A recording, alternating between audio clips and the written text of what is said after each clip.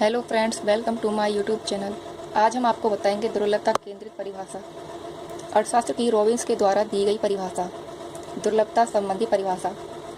कल्याण संबंधी परिभाषाओं में अनेक दोष थे, अतः 1932 में लियोनेल रॉबिन्स ने अपनी पुस्तक an essay on the nature and significance of economic science दुर्लभता संबंधी विचारधारा का प्रतिपादन किया।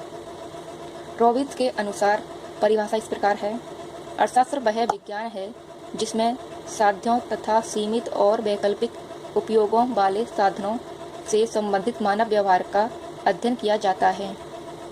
इसमें अर्थशास्त्र वह विज्ञान है जिसमें साध्यों को रॉबिन्स ने मनुष्य माना है तथा सीमित और वैकल्पिक उपयोग वाले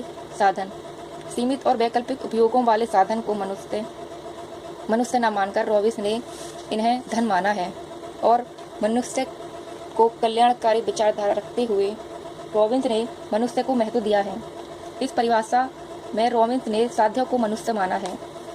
सीमित संसाधनों का उपयोग करना चाहिए जिससे अधिकतम मनुष्य को संतुष्टि प्राप्त हो सके तथा अधिकतम कल्याण तभी हो सकेगा जब मनुष्य को अधिकतम संतुष्टि की प्राप्ति होगी। इसमें मानव की क्रिया का अध्ययन किया गया है। यहाँ सीमित संसाधनों का अर्थ धन से ही लगाया गया है।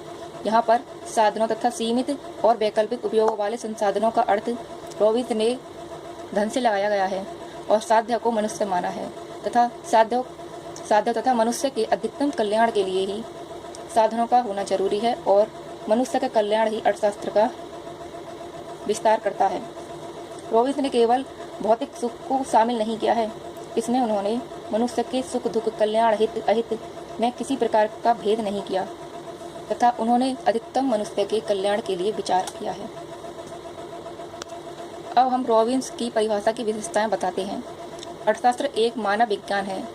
रॉबिन्स ने अर्थशास्त्र को एक मानव का विज्ञान माना है जिसमें सामाजिक से तात्पर्य है जो हमारे आसपास का क्षेत्र है तथा समाज विस्तार है। गैर सामाजिक तथा सामान्य असामान्य आदि सभी प्रकार के मनुष्यों की सभी आर्थिक क्रियाओं के चुनाव करने संबंधी पहलुओं का अध्ययन किया जाता है। मनुष्य को रॉबिन्स ने अधिक महत्व दिया है तथा उसके कल्याण के लिए और साधनों का उपयोग करना बताया है। विशेषता: रॉबिन्स की परिभाषा मार्शल की परिभाषा के समान विभाजन न होकर विश्लेषणात्मक है।